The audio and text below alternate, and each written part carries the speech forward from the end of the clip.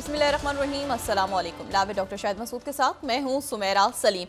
नाज़रीन, supreme court में जजेस की तादाद 17 से बढ़ाकर 23 करने की तजवीज़ ज़ेर गौर है। इस हवाले से कौमी असम्बली में बिल जुमे को पेश किए जाने के इम्कानात है। आर्मी चीफ से रूसी फेडरेशन के नायब वज़ीर दिफा की मुलाकात हुई है। इलाकाई सिक्योरिटी सूरत हाल और बाहिमी दिलचस्पी के अमूर पर गुफ्तगू भी हुई है। दूसरी जानिब वज़ीर आज़म शहबाज शरीफ साहब 2 रोज़ा दौरा सऊदी अरब पर है। इसके अलावा भी दीगर मौज़ूआत पर आज हम गुफ्तगू करेंगे। स्टूडियो में हमारे साथ मौजूद हैं डॉक्टर शाहिद मसूद। अस्सलाम वालेकुम डॉक्टर साहब। वालेकुम जी, आपको डॉक्टर साहब, सुप्रीम कोर्ट में जजेस की तादाद 17 से बढ़ाकर 23 करने की तजवीज़ ज़ेर गौर है। क्या ये अहम मामला है? ये बहुत सारी तजावीज़ अभी आएंगी और ये इरेलीवेंट किस्म की बहस में हम फंसे हुए हैं इस वक्त और इससे निकल जाएंगे। देखिए, ये जो 26वीं तरमीम है ना जी, जो एक अजीब सी अंदाज में मंजूर हुई, ये बड़ी दिलचस्प बात है कि जो ये हुक्मरान अरेंजमेंट में मौजूद सियासी जमातें जो हैं, जिनके बारे में तासुर ये कि वो ये 26वीं तरमीम चाहते थे, ये 26वीं तरमीम वो भी नहीं चाहते थे। 26वीं तरमीम जो है वो भी दिल से नहीं चाहते थे। तो अब 27वीं तरमीम और 26 ये सारी जो है ना, बल्कि ये नहीं, बड़ी अजीब सी बात है, वो भी 26वीं तरमीम वो भी नहीं चाहते थे जिन्होंने मंजूर की है इस हालत में। ठीक है, तो वो भी बस ऐसे ही जो है ना, उनका ये उनके जो रहनुमाओं से मेरी बात होती रही दरमियान में, और तो वो ये कहते थे कि इसमें हमारे पास तो फिर कुछ भी नहीं रहेगा और ये और वो सारा। तो वो भी दिल से इसमें नहीं थे, इसमें सियासी क़ुव्वतें इसमें नहीं थे जो बना सेटअप के लोग थे। तो उसके नतीजे में वो अब 27वीं तरमीम में कैसे आएंगे जब 26वीं में वो दिल से नहीं थे। और वो फिर एक खामोश किस्म का एक अरेंजमेंट, एक और अरेंजमेंट हुआ था मुख्तलिफ जमातों के दरमियान कि 26वीं तरमीम को मतलब हम हाँ करेंगे, आप ना करना, हम ना करेंगे, आप हाँ करना, आप ये निकालना, हम ये करें। तो इस किस्म की एक गुफ्तगू आखिरी दिनों में चली है। तो ये 26वीं तरमीम जो है ना, उसके ऊपर आई रिपीट कि जिन्होंने मंजूर की है उन्होंने भी दिल से नहीं की। तो अब 27वीं से क्या फ़र्क पड़ेगा, 26वीं से क्या फ़र्क पड़ा, इशूज़ तो बिल्कुल मुख्तलिफ हैं। और ये इशू इम्पॉर्टेंट है कि रशियन फेडरेशन के जो उनके नायब वज़ीर दिफा की आज मुलाकात हुई है पाकिस्तान की अस्करी क़यादत से, और बाकी जो सऊदी अरेबिया शहबाज शरीफ साहब गए हैं उसके क्या असरात होते हैं, चाइना जरदारी साहब जा रहे हैं उसके क्या असरात हुई, मतलब जो रीजनल और बाकी मामलात हैं। और कशीदगी कम हुई है, एक आपको नज़र आ रही होगी पिछले चंद दिनों में बहुत ज़्यादा जो इंतशार, और एकदम से ऐसा लग रहा था कि सब, तो उसमें थोड़ी सी नहीं काफ़ी ज़्यादा कशीदगी कम हुई। और उसमें अदालतों का बहुत बड़ा रोल है कि अदालतों ने वो जो जज साहिबान के बारे में मुख्तलिफ बातें हो रही थी और ग्रुपिंग है और ये और वो, तो ख़त्म होने का सिर्फ तासुर ही सामने आया है। तो उसके नतीजे में कशीदगी जो है ज़रा नहीं काफ़ी हद तक आपको कम नज़र आ रही है। और मैं पहले भी कह रहा था कि अब ये फैसले जो हैं ये अदालतों से और बाहर से ज़्यादा होने चाहिए और होंगे आने वाले दिनों में ग़ालिबन, बजाय इसके कि हम सड़कों पे निकलें, रोड ब्लॉक करें और गाड़ियों को आग लगाएं और मुजाहरे करें। तो ये जो भी सिलसिला आने वाले दिनों में उम्मीद करते हैं कि इंतशार से, क्योंकि सिस्टम तो एक कोलैप्स है ना, अरेंजमेंट ये जो भी, वो देखें बहरहाल अब किस तरह से आगे मामला बढ़ते हैं।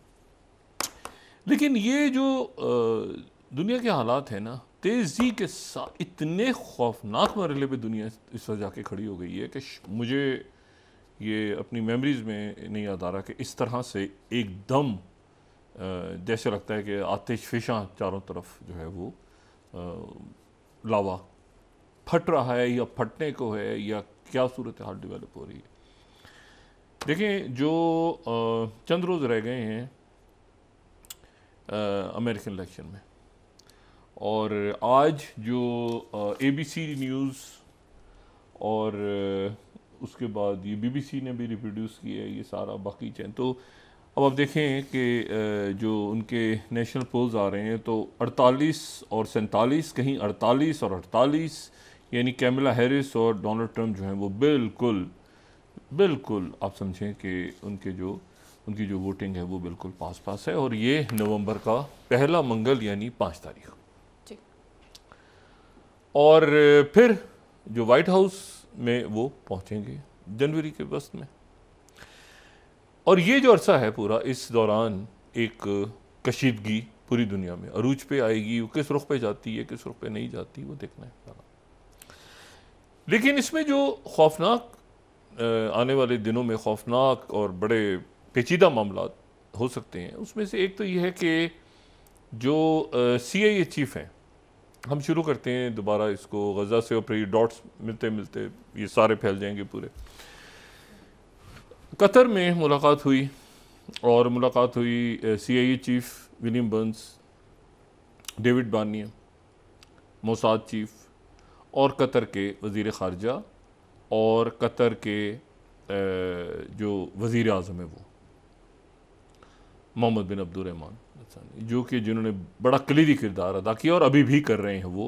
और उन्होंने आज कतर ने ये भी कहा है कि हम आखिरी लम्हे तक हमेशा ये जंग बंदी और इसके ऊपर हम चाहे नाकाम हो मुज़ाकरात, फिर ना जाएंगे मुज़ाकरात की तरफ, नाकाम हो फिर जाएंगे, हम कोशिश पूरी करते रहेंगे सफारतकारी की, और वो सफारतकारी की कोशिश कर रहे हैं। अच्छा, इसमें जो अब एक नया पिछले 24-47 घंटों में, पहले तो मिस्र की तरफ से ये बात हुई जो हमने कल डिस्कस किया था कि प्रेसिडेंट सीसी ने अल्जीरिया के प्रेसिडेंट के साथ एक प्रेस कॉन्फ्रेंस की और उन्होंने कहा कि हम चाहते हैं कि 2 रोज़ का सीज़ फायर हो जाए, छोटा सा मुख्तसर सीज़ फायर हो, और इस दौरान गज़ा में इमदाद दाखिल हो और 4 कैदी जो हैं वो इसराइल, 4 यरगमाली वहाँ से रिहा हो जाएँ, और उसके बदले में कुछ जो हैं वो एक स्पेसिफिक नंबर उन्होंने नहीं बताया था, लेकिन उन्होंने कहा कि कुछ कैदी जो हैं वो इसराइल की जेलों से फ़लस्तीनी रहा हों। इसी दौरान ये खबरें आई थी कि मरवान बरगुती जो हैं वो शदीद ज़ख्मी हो गए और उनको इसराइल के जेल में, जहाँ पर वो कैद तन्हाई में, वहाँ पे तीसरी दफ़ा उन पर कातलाना हमला हुआ है। अच्छा, अब लेकिन जो विलियम बर्न्स ने जो मुज़ाकरात हुए अभी, जो मुसव्वदा उन्होंने दिया, ये मुसव्वदा जो है, ये एक तो वो मुसव्वदा है क्योंकि मोसाद के चीफ और शिन बेत के चीफ जो हैं ये काहिरा भी गए थे, क्योंकि वहाँ पे नए इंटेलिजेंस चीफ आए हैं मिस्र में, और उनके साथ भी यकीनन डिस्कस हुआ होगा कि ये बाइडन इंतज़ामिया की आखिरी कोशिश है कि किसी तरह 5 नवंबर से पहले कोई बेहतरी की खबर आ जाए इस पूरे ख़ित्ते से, जो कि भड़क रहा है, जो आग व खून के दरमियान। तो उन्होंने जो विलियम बर्न्स ने जो एक नई पेशकश की है, वो उन्होंने कहा है कि 28 रोज़ की जंगबंदी कर दी जाए, 28 रोज़ की जंगबंदी की जाए। और ये 28 रोज़ की जो जंगबंदी है, ये इस दौरान जो है वो कैदी भी रहा हों, और ये अच्छा, इस मुसव्वदे को लेकर जो मतलब वही उसी तरह से, लेकिन 28 रोज़ का, ये वो 28 रोज़ हैं जिसमें जो जनवरी तक जाएंगे, और यानी अब वो विलियम बर्न्स और बाइडन इंतज़ामिया चाह रही है हर सूरत कोई एक अच्छी खबर आ जाए मशरिक़ वस्ता के हवाले से, ये इलेक्शन से पहले 5 नवंबर से पहले। तो 28 रोज़ की जंगबंदी का फार्मूला उन्होंने मोसाद चीफ के हाथ पे रख दिया, और साथ ही मॉस हुस्टन जो कि लेबनान के साथ जो इसराइल की जंग छिड़ी हुई है जी, तो उसमें मॉस हुस्टन जो है उनकी तरफ, और फ्रांस उसमें इन्वॉल्व है और बाकी मुल्क भी उसमें इन्वॉल्व हैं, कि एक तो ये फ्रंट है और एक वो फ्रंट है, गज़ा का फ्रंट, गज़ा और जिसमें हमास एक फ़रीक है, और एक वो जो कि लेबनान और जहाँ पे हिजबुल्लाह फ़रीक है जी। उस हवाले से भी उन्होंने कहा कि यहाँ पर एक जो है वो जंगबंदी का माहिदा आगे हो, और उसमें यह है कि जो लतानी रिवर है, लतानी रिवर से नीचे जनूब में विड्रॉ कर जाए, जो इसराइली फ़ौज है वो जनूबी लेबनान से बाहर आ जाए, और सिर्फ एक सिंबॉलिक उनकी प्रेजेंस रह जाए, और 1701 की जो करारदाद है यूनाइटेड नेशंस की, उसको ना छिड़ा जाए, कोई नई करारदाद ना लाई जाए, पुरानी करारदाद के तहत ही जो कि 2006 में जो कि पास हुई थी। तो उसमें यह है कि वो जनूबी लेबनान को छोड़ दें, वहाँ से आ जाएं, और हिजबुल्लाह जो है वो भी पीछे चली जाए, और ये जो जगह है, ये जगह जो है पूरी ये संभाल ले लेबनान की फ़ौज, ठीक है, 5 से 10 हज़ार लिबनान की फ़ौज आ जाए, हिजबुल्लाह ना हो, इसराइल भी ना हो, हिजबुल्लाह भी ना हो, और यहाँ पर लेबनान की फ़ौज आ जाए, और जो यहाँ पर यूनाइटेड नेशंस की अमन फ़ौज है, जिस फ़ौज में इंडोनेशिया, भारत, मुख्तलिफ मुल्क हैं, तो उनमें जो अक्सरियत है वो बरतानिया, फ्रांस और जर्मनी की आ जाए, यूरोपियन मुल्क, क्योंकि यूरोप को ज़्यादा लेबनान के लिए भी काबिल कबूल है यूरोप के ममालिक, और इसराइल को भी ज़्यादा कोई इतराज़ नहीं होगा। तो वहाँ पर जो तादाद है अमन फ़ौज की वो, तो ये एमॉस होस्टन जो है, अच्छा एमॉस होस्टन जो है वो ये वही है जो नुमाइंदा खसूसी बाइडन इंतज़ामिया के मशरिक़ वस्ता, और जिन्होंने ये लेबनान और जॉर्डन और इजिप्ट, इन तमाम के दरमियान ये जो ऑयल और गैस के मुआहदे करवाते, ये जो हैं ये इनकी यरूशलेम की पैदाइश है और ये इसराइली फ़ौज में भी सर्व करते रहे। ठीक है, तो इसलिए ये ज़्यादा जो है इनको फ़लस्तीनी मामलात में नहीं डाला जाता, इनको वो लेबनान के जो ऑयल एंड गैस के मामलात में और बाकी मामलात में इनको इन्वॉल्व किया जाता है, क्योंकि ये ज़ाहिर है कि एक इसराइली डिफेंस फोर्सेस में ये काम कर चुके हैं। लेकिन बहरहाल इनकी कोशिशें भी नाकाम हो गई और इनको पूरा यकीन था कि ये सीज़फायर हो जाएगा। अब ये जो है ये शायद आने वाले दिनों में वापस आ जाएं, अगले 1-2 दिन में, अगर ये बात आगे बढ़ती है, यानी लेबनान और इसराइल के दरमियान मामलात बेहतरी की तरफ जाते हैं। है वैसे ही इसराइल में इस वक्त, लेकिन इनका कहना ये है कि मैं वाशिंगटन में हूँ। इनका सोशल मीडिया का जो वो है कह रहे हैं मैं वाशिंगटन में हूँ, लेकिन जो अरब ज़राए हैं वो कह रहे हैं कि ये तो इसराइल में बैठे हुए हैं, तल अवीव में बैठे। अब ये जो मुसव्वदा किया है कि 28 दिन की जंगबंदी, इसके ऊपर नेतन्याहू ने भी और हमास की लीडरशिप ने भी इसको रोक लिया है। आज तकरीबन 100 फ़लस्तीनी शहीद हुए हैं शुमाली गज़ा में, यानी शुमाली गज़ा जहाँ पर 1 साल से 100, और उसमें बयान ये हो रहा है कि कोई 45 बच्चे थे, और ये एक बड़ी इमारत वहाँ पे उसमें ये पनाह गज़ी ये ख़ानदान मुख्तलिफ जो ज़ख्मी और बीमार और ये सारे वहाँ पे इन्होंने पनाह ली हुई थी। तो उस बिल्डिंग के ऊपर वही जो 5000 पाउंड वज़नी बॉम्ब्स गिरे और वो जो है वो तमाम बिल्डिंग तबाह हो गई जहाँ पे ये पनाह गज़ी थे शुमाली गज़ा में। और इसी तरह से जो तायर का इलाका है और बाकी जो इलाके हैं लेबनान पे, वहाँ पर भी स्ट्राइक्स हो रही हैं और इसराइल की फ़ौज की। और ये ज़ाहिर है एमॉस होस्टन की मौजूदगी इस वक्त की जब लेबनान में स्ट्राइक्स हो रही हैं तो वो अपनी प्रेजेंस शो नहीं कर रहे क्योंकि वो रोक नहीं पा रहे। वो इस वक्त एक लेम डक सी इंतज़ामिया हो गई है तो वो रोक नहीं पा रहे इस जंग को। नेतन्याहू जो हैं उनका ये कहना है कि ये वो इंतज़ार करेंगे 5 तारीख तक, 5 तारीख तक तो खींचेंगे मज़ीद, क्योंकि नेतन्याहू को ट्रंप सूट करता है।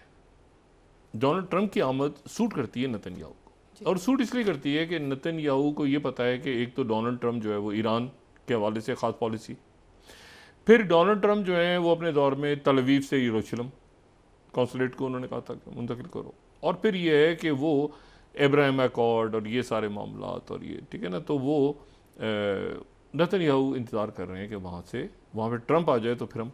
कैमला हैरिस अगर आ जाती हैं तो कैमला हैरिस फौरी तौर पे एक तो ये सीज़फायर की तरफ जाएंगे और फिर इसराइल के ऊपर सख्ती से पाबंदी, क्योंकि इलेक्शन हो चुका होगा तो वो सख्त मौक़िफ़ लेंगे। अभी तो वो यार ज्यूज़ को भी खुश करना है तो इसको भी करना है तो उसको भी करना है कैमला हैरिस, लेकिन ट्रंप जो है बड़ी क्लैरिटी के साथ वो एक पॉलिसी लेकर, नेतन्याहू का ये ख्याल है, नेतन्याहू का ये ख्याल है, तो इसलिए वो 5 तारीख तक वो ये कि 5 के बाद फैसला करना है जो भी हमने करना है। 1 हफ्ता तो रह गया, हफ्ता 10 दिन। अच्छा, इसी दौरान जो है वो तो एक तो ये वहाँ पे जंग जो है वो बड़े एक कठिन मरहले पे चली गई। अब ये देखना ये कि CIA चीफ जो है, देखें क्या ये इस वक्त सेक्रेटरी ब्लिंकन और CIA चीफ और ये सारे लोग जो हैं ये क्या कुछ कर सकते हैं कि नहीं कर सकते, क्योंकि हुआ ये है कि इसी दौरान हुतीज़ ने जिनके ऊपर स्ट्राइक करके, और बड़ी स्ट्राइक हुई थी हुतीज़ के ऊपर, और उनके सारे जो डिपोज थे वो तबाह हो गए, अमेरिकन ने कहा था तबाह। उन्होंने जो है वो 3 जहाज़ों पे अटैक किया दोबारा हुतीज़ ने, 3 बहरी जहाज़ों पे उन्होंने अटैक किया। अच्छा, 3 जहाज़, एक तो मुतारो है जहाज़, ठीक है, एक जो है वो SC मॉन्ट्रियल है और एक कोलोन, ये 3 जहाज़ों पे उन्होंने ये बहरे अमर और बाब मंतलब और ये पूरा जो यानी नहर सुएज़ के करीब अटैक हुआ, और ये उन्होंने बिल्कुल स्ट्राइक करके ये कहा हुतीज़ ने कि हमने तीनों जहाज़ों को एक्यूरेटली से निशाना बनाया, तीनों को। तो इसका मतलब है कि वो जो हमला हुआ था यमन में, अच्छा यमन में बहुत से लोग हुतीज़ ने पकड़े हैं, उसमें डिप्लोमेट्स भी हैं, मीडिया के लोग भी हैं, उन्होंने कहा कि ये यहाँ पे जासूसी कर रहे थे, उनको गिरफ्तार कर लिया है हुतीज़ ने, वो एक वहाँ पे और दोबारा स्ट्राइक्स की हैं।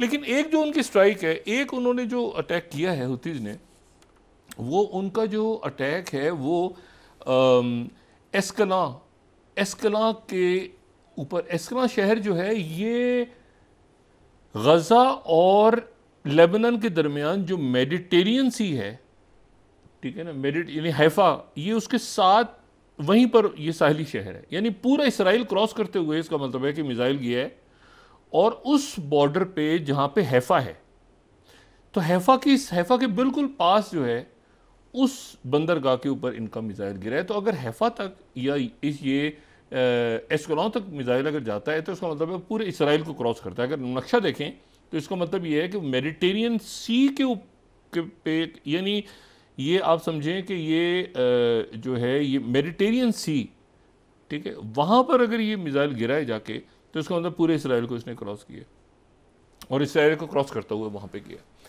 अच्छा, अब इसमें जो है तो ये इधर हुतीज ने अपना एक और आप देखें किसकी जगह, ठीक है ना, ये एस्कलों का जो शहर है ये बिल्कुल ये गज़ा और लेबनान ऊपर जो है वहाँ पे ये दरमियान में मौजूद है। अच्छा, तो ये जगह भी हिट हुई है। अच्छा, इसी दौरान जो है वो एक और शख्सियत जो है वो मुत्तहिदा अरब अमारात में आ जाए, और वो जो मुत्तहिदा अरब अमारात में शख्सियत हैं वो हैं इसराइल के साथ। जाहिर है कि एक पूरा ख़ित्ता इस वक्त बॉयल हो रहा है, उसमें मुत्तहिदा अरब अमारात अपना रोल प्ले कर रहा है, सऊदी अरेबिया, ईरान, ये सारे मुल्क। लेकिन जो यूएई में आज शख्सियत मौजूद है उनका नाम है सरजाई शोएगो। अच्छा, सरजाई शोएगो जो हैं ये वो हैं जो 2012 से लेके इस साल के आगाज़ तक जो है वो रशिया के डिफेंस मिनिस्टर रहे हैं, रशिया के डिफेंस मिनिस्टर, और उसके बाद वहाँ के जो सिक्योरिटी चीफ हैं अभी, यानी वो आप समझ लें कि सिक्योरिटी चीफ बहुत क्लोज हैं ये प्रेसिडेंट पुतिन के। ये वो हैं जिनके जब वज़ीर दिफा ये रहे तो सीरिया में जो कुछ, शाम में जो कुछ हुआ, और फिर उसके बाद जो यूक्रेन की जंग शुरू हुई, फिर उसके बाद यूक्रेन की 2014 वाला मामला, ये 2012 से हैं। तो आप देखें ना कि कितने ज़बरदस्त इन्होंने इवेंट्स को देखा है रशिया में बैठ के, मॉस्को में। इनकी मुलाकात हुई है यूएई के प्रेसिडेंट शेख मोहम्मद बिन जायद थे, और शेख मोहम्मद बिन जायद जो हैं ये अब चंद रोज़ पहले ही, पिछले दिनों ही तो ये मॉस्को से होकर आए हैं, और आज जो है ये यहाँ पर जब पहुँचे हैं यूएई में तो इनकी मुलाकात जो है वो हुई है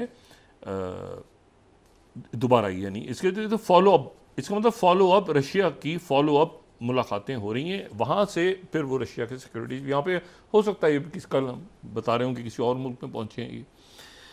अच्छा, ये जो हैं ये जहन में रखें कि ये पिछले महीने इनकी जो शख्सियत है ये इसलिए इम्पोर्टेंट है कि पिछले महीने जो हैं ये नॉर्थ कोरिया में थे, शुमाली कोरिया में।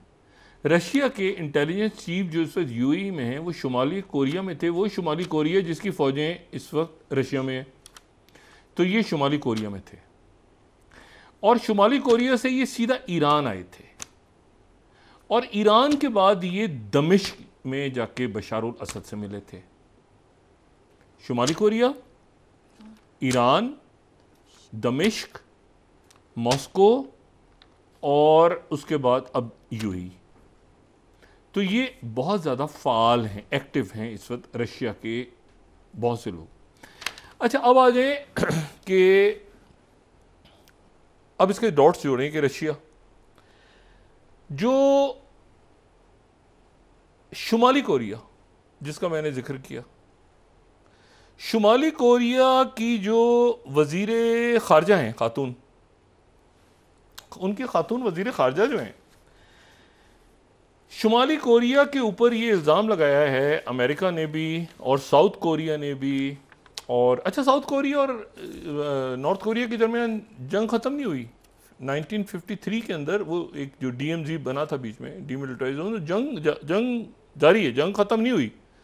तो इसी तरह से जो है ये जो होती है ना, ये फ्रोज़न कॉन्फ्लिक्ट होते हैं ना, एक जगह रुके हुए कॉन्फ्लिक्ट, तो इसी तरह से शुमाली कोरिया और जनूबी कोरिया के दरमियान टेक्निकली जंग ख़त्म नहीं हुई है, ठीक है, यानी शुमाली कोरिया और जनूबी कोरिया के दरमियान फैसला नहीं हुआ जंग का, वो हालत जंग में है।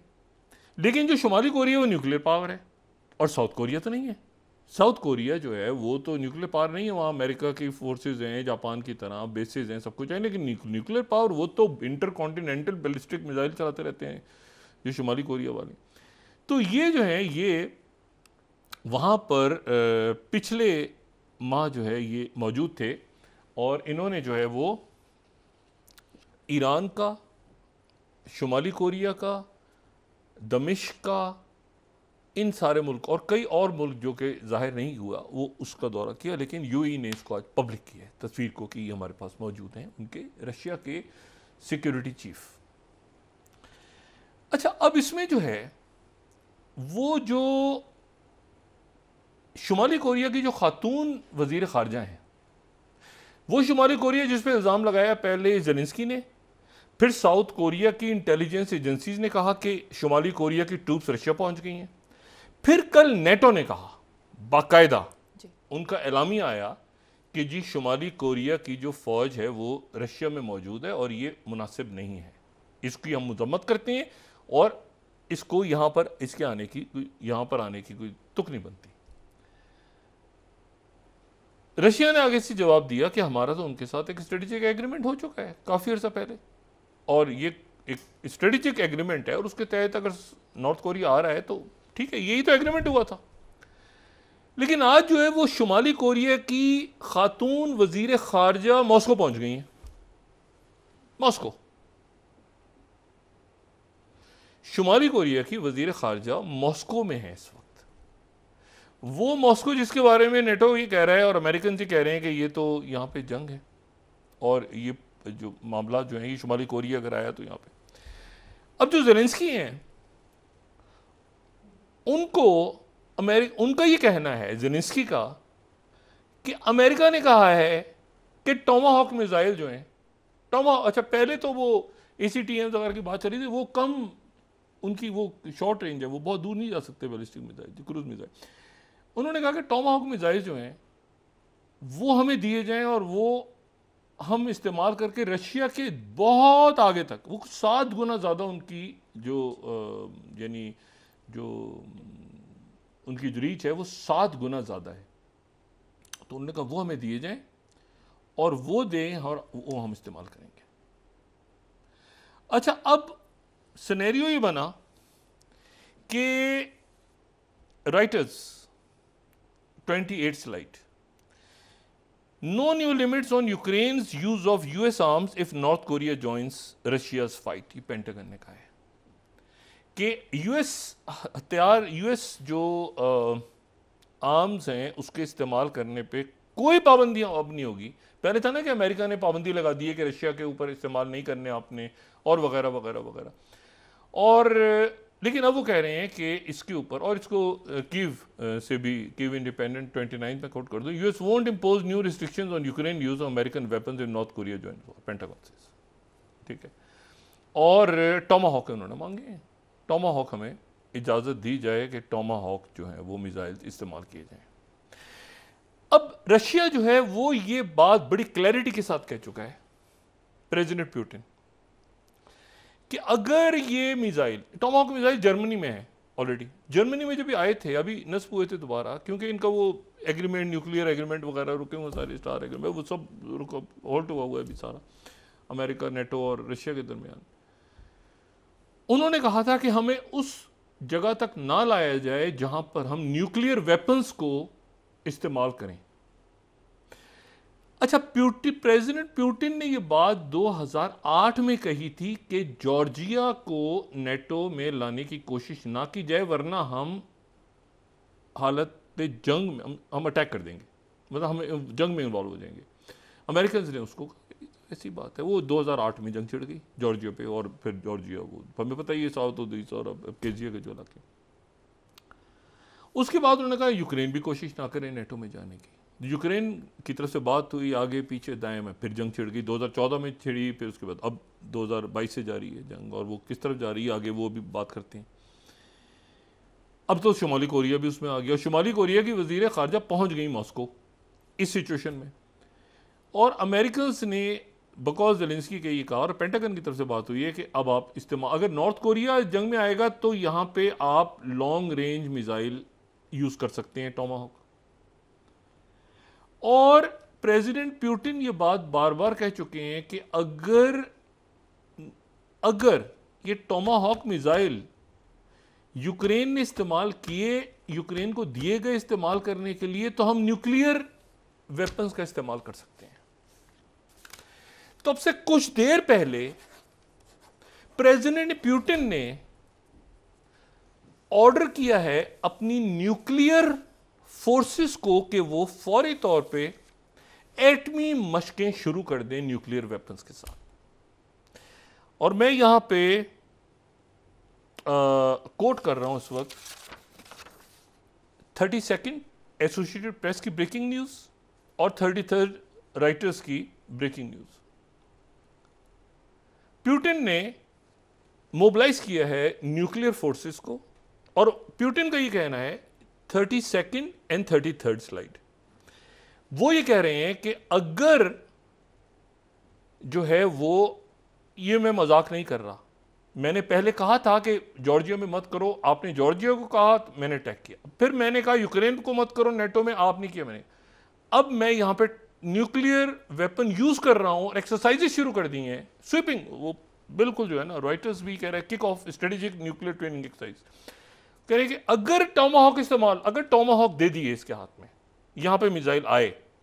अच्छा, न्यूयॉर्क टाइम्स, कीव इंडिपेंडेंट कह रहे हैं ज़ेलेंस्की आज US for Tomahawk missiles part of victory plan secret. ये न्यूयॉर्क टाइम्स की आज पूरी रिपोर्ट आई है, तो उसके ऊपर वो उन्होंने कहा कि टोमाहॉक मिसाइल, देखो टोमाहॉक मिसाइल की अगर खबर दुरुस्त है तो फिर यहां से न्यूक्लियर वेपन है,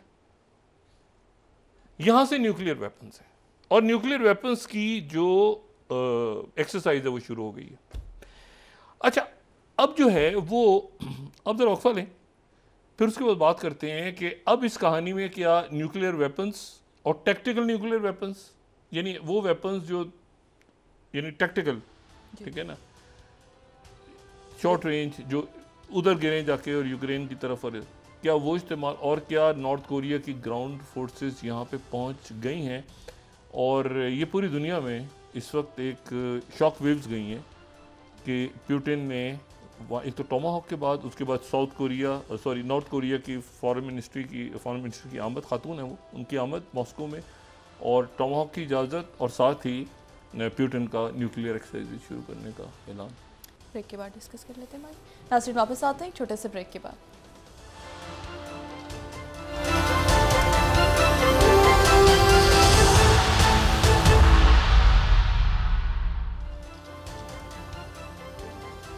वेलकम बैक नाज़रीन। डॉक्टर साहब, तहरीक इंसाफ के अंदर मुख्तलिफ ग्रुपिंग की बात चल रही है। बहुत सारे ग्रुप्स हैं जी, बहुत सारे ग्रुप्स हैं, एक ग्रुप तो नहीं है। ग्रुप क्या, वो शख्सियात हैं, आपस में वो लड़ रही हैं और पब्लिकली लड़ रही हैं, और आगे पता नहीं कोई बहुत ज़्यादा जो है ना, वो मैं उसमें पॉलिटिक्स में ही जाना चाहता। अब ज़ाहिर खान साहब अंदर हैं, वो किस से क्या बात किस वक्त करते हैं, वो कभी सुलह करवाते हैं, वो फिर बाहर आके लड़ाई शुरू हो जाती है। तो देखें हतमी तौर पर मामला कहाँ जाते हैं। लेकिन ये है कि ये जो मैं आपसे बात कर रहा था ना, कि ये खत्ते में देखें ना, पुतिन ने न्यूक्लियर एक्सरसाइजेस, न्यूक्लियर जी। अच्छा, इसी दौरान जो 2 मुआहदे हो रहे हैं, 2 मुआहदों में काम हो रहा है, ये बात मैं आपको बता दूं। एक मुआहदा है जो 28 दिन का, जो कि CIA चीफ के थ्रू है, और जो हमास यानी फ़लस्तीनियों के साथ, और जो फ़लस्तीनी और इसराइल के दरमियान है जी। दूसरे जिसे मॉस ह्यूस्टन काम कर रहे हैं वो है, और जिसमें फ्रांस भी है, जिसमें और मुल्क भी हैं, जो लेबनान यानी हिजबुल्ला, वहाँ पे जिसमें हिजबुल्ला विड्रॉ करेगी, लेबनान की आर्मी आगे आ जाएगी और यहाँ से इसराइल की फौज भी जाएगी। वो है 60 दिन का मुआहदा, 60 दिन का सीज फायर, और फिर उसके बाद अक़वाम मुत्तहिदा की कोई नई करारदाद लाए बगैर जो है ये वहाँ पर एक अमन कायम होगा, और उसी करारदाद के मुताबिक जो कि 1701 थी, जो कि 2000। लेकिन उसमें बड़ी इंटरेस्टिंग बात है कि लेबनान और इसराइल के दरमियान सुलह कैसे हो रही है, उसमें जामिन कौन है? यहाँ तो जामिन है ना, ये तो कतर, इजिप्ट, ये सारे मुल्क दरमियान में थे बाकी, लेकिन वहाँ पर एक अजीब, वो जो मुआहदा हो रहा है उसका जामिन रशिया होगा। यानी लेबनान और इसराइल के दरमियान जंगबंदी का मुआहदा जो पेश करेंगे एमॉस हुस्टन और फ्रांस और मगरब, वो रशिया जामिन होगा, और वो जामिन होगा थ्रू सीरिया। और फिर रशिया बात करेगा हिजबुल्लाह से, और हिजबुल्लाह जो है वो ज़ाहिर लेबनान में मौजूद है, और सीरिया उसमें ज़ाहिर है कि लेबनान के साथ सीरिया की एक पुरानी तारीख है, रफ़ीक अल हरेरी और उससे पहले। तो रशिया से प्रेसिडेंट पुतिन से नेतन्याहू बात करेंगे, नेतन्याहू मौसूफ जो हैं वो बात करेंगे पुतिन से, और प्रेसिडेंट पुतिन उसमें जामिन होंगे। लेकिन ये मामला अब देखेंगे कितने पेचीदा हो गए हैं ये शुमाली कोरिया के आने के बाद। शेख कासिम नईम जो हैं उनको ऐलान हुआ है कि वो हिजबुल्लाह के जो हैं वो अगले सरबराह होंगे। सैयद हसन नसरुल्लाह और हाशिम सफ़ीउद्दीन और बाकी जो रहनुमा हैं उनके वो काफ़ी बड़ी तादाद में चूँकि शहीद हुए हैं। तो अब ये जो हैं ये भी हरकतुल अमल में थे। तमाम तर जो आप कहें कि हिजबुल्लाह के जो सारे ओल्ड गार्ड्स की तरह ये भी हरकतुल अमल में थे। और यानी हरकतुल अमल जो मूसा सदर ने कायम की थी लेबनान में, और ये जो है ये उनका हरकतुल अमल का जो एजुकेशनल सिस्टम था उसके ही निगरान थे। मतलब ये इनका जो रोल है वो था तालीम के हवाले से।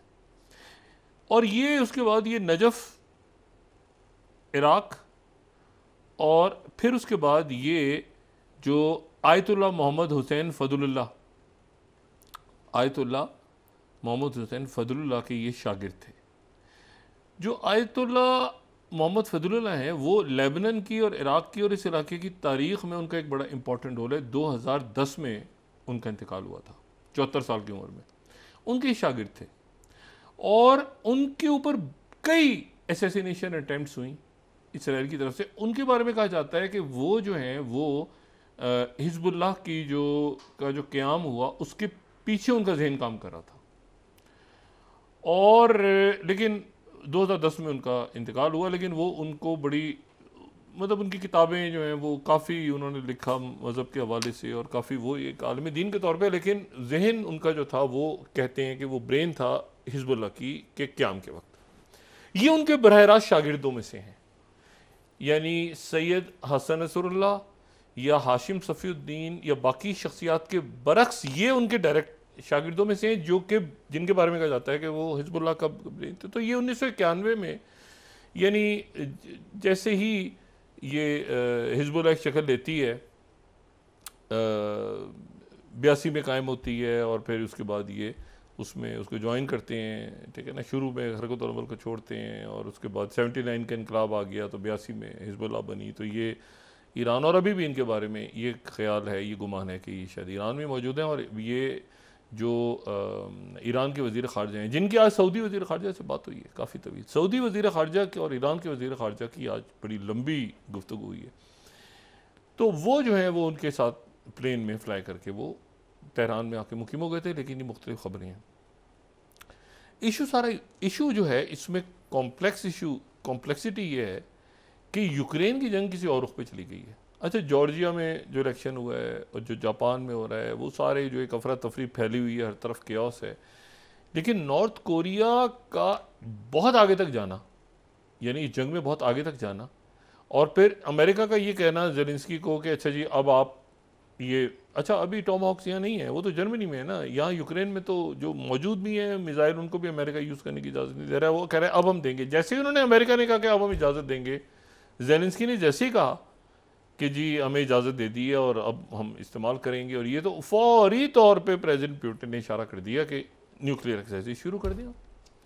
और न्यूक्लियर जो है ये ध्यान में रखें कि उनके जो वेपन्स हैं वो बेलारूस में भी हैं, बाकी जगहों पर भी हैं, और नॉर्थ कोरिया की फ़ौज भी।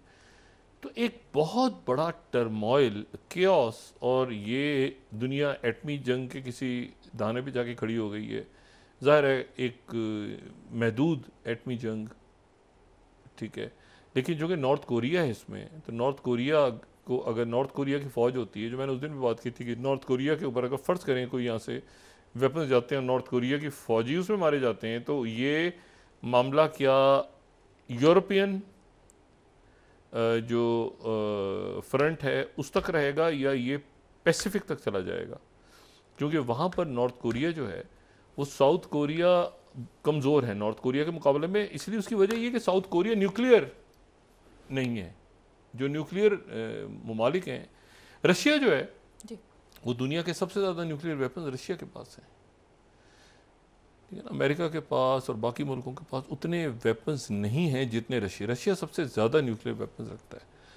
तो अब यह है कि अब ये पिक्चर, ये जो सूरत हाल है, ये अमेरिकन इलेक्शन से पहले, अमेरिकन इलेक्शन के दौरान और वाइट हाउस के अगले मकीन, और वो कहाँ तक कंट्रोल कर पाएंगे उस मरहले तक जाने से पहले बहुत कुछ पेचीदा हो चुका होगा और हो रहा है तेज़ी के साथ। ये खुदा करे कि अब ये मामला देखें ना, न्यूक्लियर वेपन्स की, न्यूक्लियर एक्सरसाइज का शुरू होना, और वो जेलेंस्की का कहना कि मैं तो टॉमा, वो जो टॉमा को डीप जाते हैं आगे, यानी मैंने कहा ना 7 गुना ज़्यादा वो जो पहले मिसाइल थे उनके ATMs, उनसे आगे तक ये 7 गुना डीप रशिया के अंदर।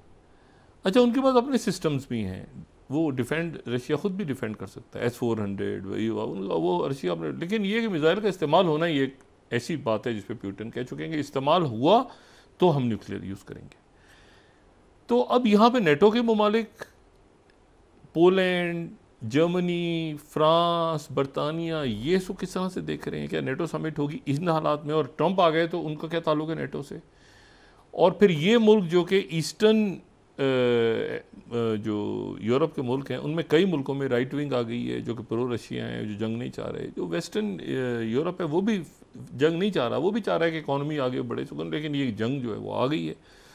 और ये जंग जो है, ये जिसको ख़त्म हो जाना था 2022 के ही 1-2 हफ्तों के अंदर, ये जंग खींचते कि 2024 के US इलेक्शंस में इसमें नॉर्थ कोरिया भी इन्वॉल्व हो गया। और नॉर्थ कोरिया की, मैंने आपसे कहा ना कि उनकी फॉरेन मिनिस्टर का इस वक्त यहाँ पर आना जो है ना, वो एक प्रॉपर एक तरह से एक्नॉलेजमेंट है कि हम यहाँ पे मौजूद हैं। अब ये जो बाकी ममालिक हैं, यानी ब्रिक्स समिट अभी हुई है, अभी चाइना इंडिया के दरमियान डिसंगेजमेंट हो रही है, आज शायद मुकम्मल हो जाए उनके किसी वक्त। तो एक तरफ तो आपको तलखी कम होती नज़र आ रही है, लेकिन दूसरी तरफ इतने फ्रंट्स खुल रहे हैं कि उसमें मैं फिर वही बात कह रहा हूँ कि पाकिस्तान में सिक्योरिटी, इकॉनमी और सोशल अनरेस्ट, और ये जो है ना सुकून, और मुल्क को एक जगह पे अब रुक जाना चाहिए, बजाय इसके कि मज़ीद अंदरूनी सियासी इंतशार और खलफिशार बढ़े।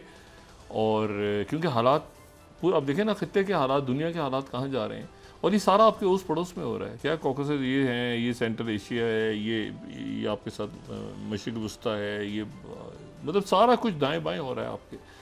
और उसमें ये बातें कि 27वीं तरमीम आएगी, उसमें ये शिक होगी, उसमें ये शिक होगी, मेरे ख्याल से ये बात इस वक्त करना सबसे ज़्यादा कोई गैर मुनासिब बातें हैं तो ये हैं कि इन हालात में हम बतौर एक रियासत ये इशू डिस्कस करें। जी, बहुत शुक्रिया डॉक्टर साहब।